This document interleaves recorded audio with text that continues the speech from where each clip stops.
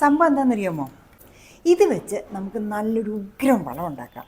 നമ്മുടെ ശീതകാല പച്ചക്കറികൾക്ക് ഇട്ട് കൊടുക്കാനായിട്ട്, അതായത് നല്ല അടിപൊളി വളം ഉണ്ടാക്കി അവർക്ക് ഇട്ട് കൊടുക്കാം.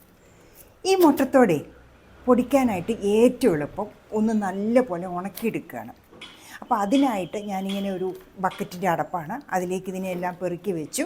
അതിനുശേഷം നമ്മുടെ വെയിലത്ത് കൊണ്ടുവന്ന് വെച്ച് ഒരു നെറ്റിട്ട് മൂടി. ഇതാണേലും കാക്ക കൊണ്ടുപോകരുത്, അത് മാത്രമേ നമ്മുടെ ഇൻറ്റൻഷനുള്ളൂ. നല്ല ക്രിസ്പിയായി തൊട്ടാൽ പോലും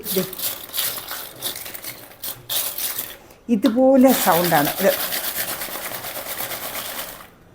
ഇനി നമുക്കിതിനെ നമ്മുടെ മിക്സിയിലിട്ടൊന്ന് പൊടിച്ചെടുക്കാം. ഈ വളം ഉണ്ടാക്കാനേ അടുത്തതായിട്ട് നമുക്ക് വേണ്ട വളരെ സിമ്പിളായിട്ടൊരു സാധനമാണ് ഇത്. നമുക്കൊക്കെ ഈസിലി അവൈലബിൾ ആയിട്ട് കിട്ടുന്നതാണ് കരിക്കട്ട. ഇത് നമ്മൾ ഈ കരിക്കട്ട ഈ ഒരു കവറിനകത്താക്കി എടുത്തിട്ടുണ്ട്. നമുക്കിനി ഇതിനെ ഇടിച്ചു പൊടിക്കാം. അപ്പം ഈ രണ്ട് സാധനങ്ങൾ മാത്രം മതി, അതായത് മുട്ടത്തോടും പിന്നെ കരിക്കട്ടയും. ഞാനിങ്ങനെ ഒരു ചുറ്റികയാണ് എടുത്തിരിക്കുന്നത്, നമ്മുടെ റിപ്പർ മോഡൽ തന്നെ. ഒരു സൈഡിൽ നിന്ന് തുടങ്ങാം. നമ്മുടെ കരി മുഴുവനും പൊടിഞ്ഞു വന്നിട്ടുണ്ട്. അപ്പം നമുക്ക് അതിനെ ഈ പാത്രത്തിലേക്ക് മാറ്റാം. ഇനി നമുക്ക് ഇതിലേക്ക് നമ്മുടെ മുട്ടത്തോട് കൂടെ ആഡ് ചെയ്യാം. മുട്ടത്തോട് നല്ല തരിയായിട്ട് പൊടിഞ്ഞിട്ടുണ്ട്, കണ്ടോ? ദേ നല്ലതായിട്ട് പൊടിഞ്ഞു, കാരണം നമ്മളിത് ഉണക്കിയെടുത്തുകൊണ്ടാണേ. അതുകൂടെ നമുക്ക് ഇതിൻ്റെ കൂടെ ഇട്ട് കൊടുക്കാം.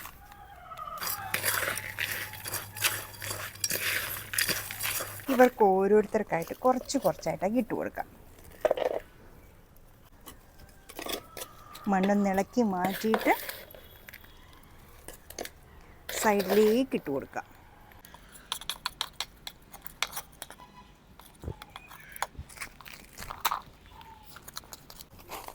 മണ്ണ് ചെറുതായിട്ടൊന്ന് ഇളക്കി മാറ്റിയിട്ട് അതിൻ്റെ സൈഡിലേക്ക് നമുക്ക് ഇട്ട് കൊടുക്കാം.